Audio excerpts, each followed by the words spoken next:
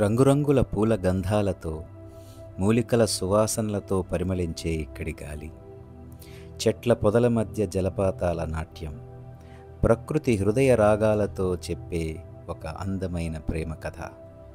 తలకోన. ఈ తలకోన జలధార కేవలం నీరు కాదు, దైవ స్వరము, ప్రకృతి గానము. ఈ ఫారెస్ట్ రేంజ్లోకి ఎంటర్ అవ్వడానికి Sri Venkateswara wildlife sanctuary entry ticket తీసుకోవాల్సి ఉంటుంది. కార్కి 100 రూపాయలు చెల్లించాలి. ఈ తలకోన తిరుపతి జిల్లాలో ఉంది. తిరుపతి నగరానికి దగ్గర 60 కిలోమీటర్ల దూరంలో ఉంది. ఈ ప్రాంతం సుందరమైన జలపాతానికి ప్రసిద్ధి అని అందరికీ తెలుసు. దాంతోపాటు ఇక్కడ దట్టమైన అడవులు, జంతు సంపద, వీటన్నిటికీ కూడా ప్రసిద్ధి. లోపలికి ఎంటర్ కాగానే ఇక్కడ ఈవిడ అమ్ముతున్నటువంటి ఈ ఆహార పదార్థాలను చూస్తుంటే చిన్ననాటి రోజులు గుర్తొస్తున్నాయి. ఎప్పుడో చిన్నప్పుడు స్కూల్కి వెళ్తూ కొనుక్కొని తినేవాళ్ళం. సో ఇవన్నీ చాలా రోజుల తర్వాత చూడడం చాలా సంతోషం అనిపించింది. ఈవిడ అందమైన చిరునవ్వు కూడా ఎంతో ఆహ్లాదాన్ని కలిగించింది. ఈ తలకోన అడవి శ్రీ వెంకటేశ్వర నేషనల్ పార్క్ పరిధిలోకి వస్తుంది. ఇక్కడ ఉన్న జలపాతం 270 అడుగులు ఎత్తు కలిగి ఉంది. అయితే ఈ 200 అడుగు ఎత్తు ఈ ఆంధ్ర రాష్ట్రంలోనే ఎత్తైన జలపాతంగా చెప్పబడుతుంది. ఇక్కడ జలపాతం ఒక్కటే కాకుండా శ్రీ సిద్ధేశ్వర స్వామి ఆలయానికి కూడా ఈ ప్రదేశం ప్రసిద్ధి. సో ఇక్కడి నుంచే తలకోన ప్రారంభం. ఈ ఆర్చ్ మీరు చూస్తున్నది దాటి లోపలికి వెళ్ళంగానే ఇక్కడ వెహికల్స్ అన్నిటినీ కూడా చెక్ చేస్తారు. ఇక్కడ ఆల్కహాల్ కానీ, వెపన్స్ కానీ, పదునైనటువంటి నైఫ్స్ కానీ, ఇటువన్నీ కూడా ప్రొహిబిటెడ్ ఐటమ్స్. సో అవి కలిగి ఉంటే మీ వెహికల్ని లోపలికి అలో చేయరు. ఈ తలకోన అటవీ ప్రాంతం అంతా 1989వ సంవత్సరంలో బయోస్ఫియర్ రిజర్వ్గా డిక్లేర్ చేయబడింది. బయోస్ఫియర్ రిజర్వ్ అనేటువంటిది ఏమిటంటే, ఏదైనా ప్రాంతం అసాధారణమైన శాస్త్రీయ మరియు సహజ ఆసక్తి ఉన్నటువంటి మొక్కలు అంటే వృక్షాలు కానీ మరియు జంతువులు కానీ ఇవన్నీ కలిగి ఉండడం వల్ల ఈ ప్రదేశాలను యునెస్కో ఇలాగా లేబుల్ చేస్తుంది వీటిని రక్షించడానికి. సో వాటిల్లో తలకోన అడవి కూడా ఒకటి. కార్ పార్కింగ్కి ఎటువంటి ఇబ్బంది లేదు, ప్రదేశం ఉంది. కానీ జాగ్రత్తగా కార్ని లాక్ చేసి ఉంచండి. లోపల ఏదైనా వాల్యుబుల్స్ ఉంటే మాత్రం జాగ్రత్తగా లాక్ చేసి ఉంచండి. సో ఎంటర్ అవుతూ ఉన్నాం లోపలికి. ఎంట్రన్స్లోనే ఇక్కడ డూస్ అండ్ డోంట్స్ లాగా, అంటే ఈ ప్రదేశాన్ని సంరక్షించడానికి కోసం అని చెప్పి కొన్ని పాయింట్స్ ఇక్కడ పెట్టారు. లైక్ ఆల్కహాల్ ఈజ్ ప్రొహిబిటెడ్ అని చెప్పి, డోంట్ లిటర్ అని చెప్పి, అలాంటి గైడ్లైన్స్ అన్నీ పెట్టారు. సో లాస్ట్ టైం నేను ఈ ప్లేస్ని విజిట్ చేసినప్పటికంటే 10 years అయిపోయింది. ఇప్పటికీ అప్పటికి చాలా మారిపోయిందని చెప్పాలి. చాలా క్లీన్గా అయిందని కూడా నేను చెప్పచ్చు. నాకైతే ఇప్పుడు ఈ ప్రదేశం చాలా నచ్చింది. సో ఇందాక చెప్పినట్లుగా తలకోన అనేది యునెస్కో చేత గుర్తించబడినటువంటి ఒక బయోస్ఫియర్ జోన్. అయితే ముందు మనం తలకోన అనే పేరు ఎలా వచ్చిందో తెలుసుకుందాం. సో తల అంటే హెడ్ అని, అంటే తల అని. కోన అంటే ఇంక మనకు తెలిసిందే కొండ అని చెప్పి అర్థం. సో తలకోన అంటే శేషాచల కొండల తల, అంటే తిరుమల పర్వత శ్రేణులు ఇక్కడి నుంచే ప్రారంభమవుతాయి అని నమ్ముతారు. కాబట్టే దీన్ని ఈ కొండలకే ఒక తలలాగా, అంటే ఇంపార్టెంట్ అని లేదా ప్రారంభం అని చెప్పేటువంటి ఉద్దేశంతో తలకోన అనే పేరు వచ్చింది ఈ ప్రదేశానికి. సో ఈ చిన్న కొలనుకి నాకు చాలా జ్ఞాపకాలు ఉన్నాయి. నేను 10 సంవత్సరాల ముందు 12 సంవత్సరాల ముందు ఇక్కడికి వచ్చినప్పుడు ఇక్కడ ఎంతో హాయిగా ఈత కొట్టి కాలాన్ని గడిపాను. అప్పుడు చాలా సంతోషం అనిపించింది. చాలా చల్లగా ఉంటాయి నీళ్ళు ఇక్కడ. అది కాకుండా నేను ఈరోజు వచ్చినప్పుడు ఇక్కడ స్కూల్ పిల్లలు ఎవరో వచ్చి ఆనందంగా ఆడుకుంటుంటే వాళ్ళలో నా బాల్యాన్ని చూసుకొని సంతోషపడ్డాను. సో ఈ అడవులు చాలా మేరకు ఎర్రచందనం చెట్లు, ఇంకా అనేక రకాలైనటువంటి ఔషధ వృక్షాలతో నిండిపోయింది. ఇక్కడ చాలా మెడిసినల్ ప్లాంట్స్ ఉన్నాయి. నేను చివరిగా వచ్చినప్పుడు ఇక్కడ కూర్చోవడానికి బెంచులు అవన్నీ కూడా లేవు. కానీ ఇప్పుడు చక్కగా దారి పొడుక్కి మధ్యలో ఇలాంటి బెంచెస్ని కూడా పెట్టి ఉంచారు. ఎందుకు చెప్తున్నానంటే, పైన జలపాతానికి వాటర్ ఫాల్ని చేరుకోవాలంటే చాలా మెట్లు ఎక్కాల్సి ఉంటుంది. ఒక చిన్నపాటి ట్రెక్కింగ్ అని చెప్పచ్చు. సో, అలసిపో అలసిపోవడం కూడా జరుగుతుంది చాలామంది దారి వెళ్ళే దారిలో. సో, వాళ్ళకి బెంచెస్ కూర్చోవడానికి కొద్దిగా రెస్ట్ తీసుకొని మళ్ళీ స్టార్ట్ చేయడానికి చాలా హెల్ప్ అవుతుందని చెప్పడం.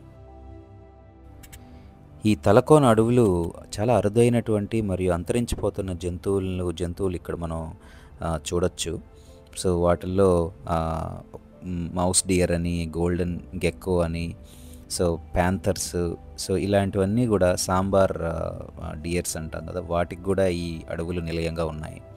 సో నేను విన్నది ఏంటంటే తలకోన ఇక్కడ ఈ జలపాతంలో పడేటువంటి నీళ్లు మూలికలతో, చాలా మినరల్స్తోనూ, చాలా హెర్బ్స్తోనూ కలిసి ఒక ఒక మెడిసినల్ వాల్యూ కలిగి ఉంటాయి అని చెప్పి, అంటే ఇక్కడ వైద్యం చేసే గుణాలు కూడా ఈ వాటర్కి ఉన్నాయని చెప్పి ప్రజలు నమ్ముతారు. ఇంకా ఇక్కడ ఉన్నటువంటి సిద్ధేశ్వర ఆలయంలో అయితే శివరాత్రి రోజు చూడాలి మీరు, ఇసకేస్తే రాలనేటువంటి జనసందోహం ఇక్కడ చూడొచ్చు. శివభక్తులందరూ ఇక్కడికి తరలి వస్తారు, ఇక్కడ పూజలు చేస్తారు. సో చాలా వైభవంగా ఉంటుంది శివరాత్రి టైంలో ఈ తలకోన. సో ఇక్కడ వాళ్ళు చెప్పే ప్రకారం అయితే ఈ సిద్ధేశ్వర స్వామి దేవాలయం 140 సంవత్సరాలకి ముందు నిర్మించారని చెప్పి చెప్తూ ఉంటారు. ఇక్కడ మీరు చెట్టుకు చూస్తున్నటువంటివి కూడా ముడుపులు అని అంటారు. అంటే ఇక్కడ వచ్చినటువంటి భక్తులు వాళ్ళ కోరికలను రాసి ఇలా చెట్టుకి కడుతూ ఉంటారు. లేదా రాయకుండా కూడా ఒక క్లాత్ లాంటిది ఒకటి తీసుకొని చెట్టుకు కట్టి వాళ్ళ మొక్కులు అనేటువంటివి సమర్పించుకొని అవి తీరుతాయని నమ్ముతూ ఉంటారు. సో మనం చెప్పుకోవాల్సింది ఏంటంటే, తమిళ రాజ్యం అనేది ఈ చోళులు, పాండ్యులు, పల్లవుల చేత ఇటువంటి చాలా బలవంతుల, అంటే చాలా పవర్ఫుల్ కింగ్స్ చేత రూల్ చేయబడింది కదా. సో ఈ తమిళ కింగ్డమ్, ఈ తమిళ రాజ్యం అనొచ్చు మనం, ఈ 3వ శతాబ్దంలో చాలా వైభవంగా ఉండేది, 10వ శతాబ్దం వరకు. సో 3rd BC నుంచి 10th century CE దాకా చాలా పవర్ఫుల్గా ఉండేది. సో ఆ టైంలో ఈ తమిళ కింగ్డమ్ అనేది చాలా వరకు తమిళనాడు, కేరళ, ఆంధ్రప్రదేశ్లో ఉండేటువంటి ప్రాంతాలని పరిపాలించేది. సో తలకోన అనే ఈ ప్రాంతం ఆ టైంలో ఒక వ్యవసాయంలో కానీ వాణిజ్యంలో కానీ ఒక సెంటర్ లాగా ఉండేది ఈ తమిళ రాజ్యానికి అని చెప్తూ ఉంటారు. జనరల్గా బిలీఫ్ ఏంటంటే, ఈ తలకోన అడవులు మొత్తం కూడా ఎన్నో ఔషధ గుణాలు కలిగినటువంటి చెట్లతో నిండిపోయింది కాబట్టి ఈ నీళ్లలో కూడా ఆ ఔషధాలన్నీ కలిసి ఇదొక మెడిసిన్ లాగా పనిచేస్తుంది, ఒక చాలా క్యూరింగ్ ప్రాపర్టీస్ ఉంటాయని చెప్పి నమ్ముతూ ఉంటారు. అందుకే ఇక్కడికి వచ్చిన వాళ్ళందరూ కూడా ఆ జలపాతం కింద స్నానాలు కానీ లేకపోతే అక్కడ జస్ట్ నిలబడుకొని ఎంజాయ్ చేస్తూ ఉంటారు ఆ నీళ్ళని. ఈ మెడిసినల్ ప్లాంట్స్, ఔషధ వృక్షాలతో పాటుగా కూడా ఈ ప్రదేశాన్ని, ఈ తలకోన అడవిని ఒక సిద్ధక్షేత్రం అని కూడా అంటూ ఉంటారు. అంటే ఒక స్పిరిచువల్ ఎనర్జీ స్పాట్గా కూడా నమ్ముతూ ఉంటారు ఇక్కడ లోకల్స్ కానీ చుట్టుపక్కల గ్రామాల ప్రజలు కూడా. అంటే ఈ ప్లేస్ అంతా కూడా ఒక స్పిరిచువల్ ఎనర్జీతో ఫిల్ అయి ఉంటుంది. ఇక్కడ చాలామంది ఋషులు వాళ్ళు వచ్చి వాళ్ళ తపస్సు అవన్నీ చేసుకుని ఉన్నారు ఇక్కడ ఉన్న గుహల్లో. కాబట్టి ఇది ఒక స్పిరిచువల్ ఎనర్జీ స్పాట్గా కూడా దీన్ని నమ్ముతారు ఈ ప్లేస్ని. నేనైతే కూడా చాలా వరకు నేను కూడా ఆ స్పిరిచువల్ వైబ్ని, ఆ స్పిరిచువల్ ఎనర్జీని నేను ఫీల్ అయ్యాను. సో ఇప్పుడు ఈ అందమైన జలపాతాన్ని చూడండి, మైమర్చిపోయే విధంగా ఉంది. అలాగే ఈ ఔషధ మొక్కల రహస్యాలు, ఈ పురాణ గాథలు, ఈ సిద్ధేశ్వర స్వామి దేవాలయము, అలాగనే అడవిలో నడక, సాహసయాత్ర, ఒక చిన్న సాహసయాత్రలాగా సాగేటువంటి నడక, ఇవన్నీ కలిసిన తలకోన కేవలం పర్యాటక కేంద్రం అని మాత్రం దాన్ని కుదించలేము. ఇది ఒక ప్రకృతి అందాల ఆధ్యాత్మిక క్షేత్రంగా మనం అర్థం చేసుకోవాలి. ఈ జలపాతాన్ని చూస్తుంటే ఆకాశగంగా దూకావే పెంకితనంగా అన్నట్లుగా ఆకాశం నుంచి దూకుతున్న గంగ ఎంతో ఎంతో మధురంగా ఉంది, ఎంతో హాయిగా అనిపిస్తుంది. ఒక్కసారిగా ఇక్కడ చూసారంటే వచ్చిన వాళ్ళందరూ కూడా స్విమ్మింగు, అలాగనే వాళ్ళ ఫ్రెండ్స్తో ఆడుకోవడము చాలా సరదాగా గడుపుతూ ఉన్నారు. ఈరోజు జనాలు కొద్దిగా తక్కువగానే ఉన్నారు, క్రౌడ్ కూడా తక్కువగానే ఉండడం వల్ల కొద్దిగా ఫ్రీగా ఈ వీడియో తీయడానికి కానీ అంతా కూడా ఫ్రీగా అనిపించింది. ఇప్పుడు పైకి వచ్చాను, మొత్తం పైకి. సో ఇక్కడి నుంచి వ్యూ ఇంకా అద్భుతంగా మారింది. సో బండలు చాలా జారుడుగా ఉంటాయి, చాలా ప్రమాదాలు జరిగేటువంటి అవకాశం కూడా ఉంది జారితే. సో ఇక్కడికి వెళ్ళాలనుకున్న వాళ్ళందరికీ కూడా నేను చెప్పడం ఏంటంటే చాలా జాగ్రత్తగా నడవండి, బండలు చాలా జారుడుగా ఉంటాయి ఇక్కడ. సో ఆచితూచి మీరు సపోర్ట్ తీసుకొని మీరు ఇక్కడ నడవడం మంచిది.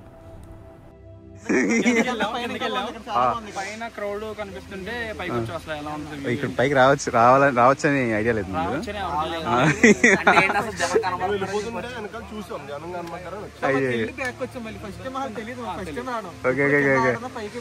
Okay okay. సీన్ నచ్చింది ఇక్కడ బాగా, అన్నిటికంటే వైబ్ చాలా బాగుందా, పైన బాగుందా? Okay, thank you. ఇంతకు ముందు వీడియోలాగా ఈ వీడియో కూడా మీకు నచ్చిందని ఆశిస్తున్నాను. ఈ వీడియో మీకు నచ్చినట్లయితే లైక్, షేర్, సబ్స్క్రైబ్ చేసి నాకు అండగా నిలబడతారని, మరిన్ని వీడియోస్ చేయడానికి ప్రోత్సాహాన్ని ఇస్తారని ఆశిస్తున్నాను. జై హింద్.